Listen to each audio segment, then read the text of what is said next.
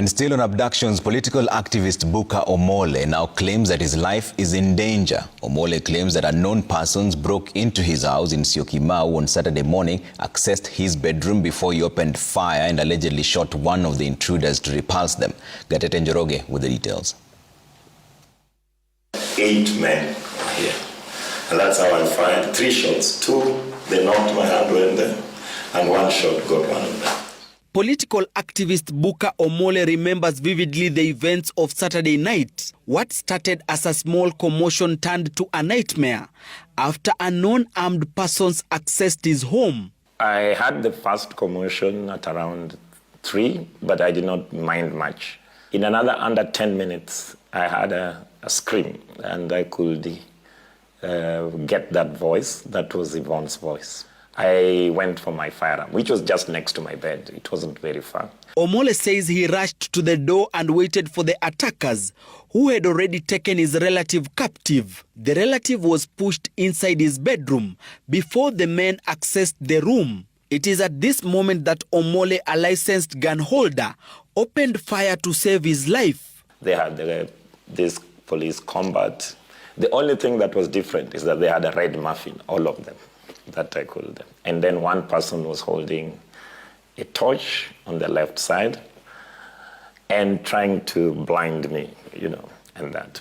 And that happened in less than 10 seconds before I shot the first shot. The broken windows are clear proof of the commotion that ensued as they fled from the gunshots. The political activist who has reported the incident at Mlolongo police station claims the attack could have been occasioned by his tough stance on matters governance in the country. Hours before the attack, he was part of a space conversation on X where they discussed recent cases of abductions. I've had terrifying phone calls to tell me to stop my activism. I have also had a lot of warnings, even in general WhatsApp groups.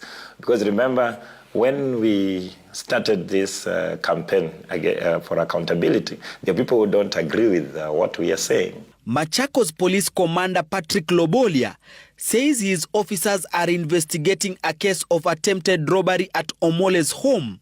He also confirmed that 2 spent cartridges, 1 Marvin, were recovered from the scene of crime. Omole's gun has also been taken for ballistics examination. Elsewhere in Kinyambu, Kibwezi West, the family of Steve Mbisi has appealed to the government to release their kin, who was allegedly abducted in Mlolongo on December 17, 2024. Mbisi's mother says his disappearance has left the family devastated, with the father being admitted in hospital. Sijasikia ripoti ya polisi, maana polisi wakiulizwa wanasema na wao hawajui. Sasa ni nani pengine nipate usaidishi? Mambo kama haya hayafai kuwa kwa hii nchi, hayafuati sheria, na hata kama serikali itazidi kuendelea na mambo kama haya, hatuna budi kuwasilisha mashtaka kwa koti kuu ya dunia, tuhakikisha kwamba haki imetendeka kwa wananchi wa Kenya. Mbisi disappeared a day after his 3 friends went missing under mysterious circumstances in the area. The 4 are yet to be traced a month later, despite calls from Kenyans to have them released. I went to study engineering there. Gatete Njoroge, Citizen TV.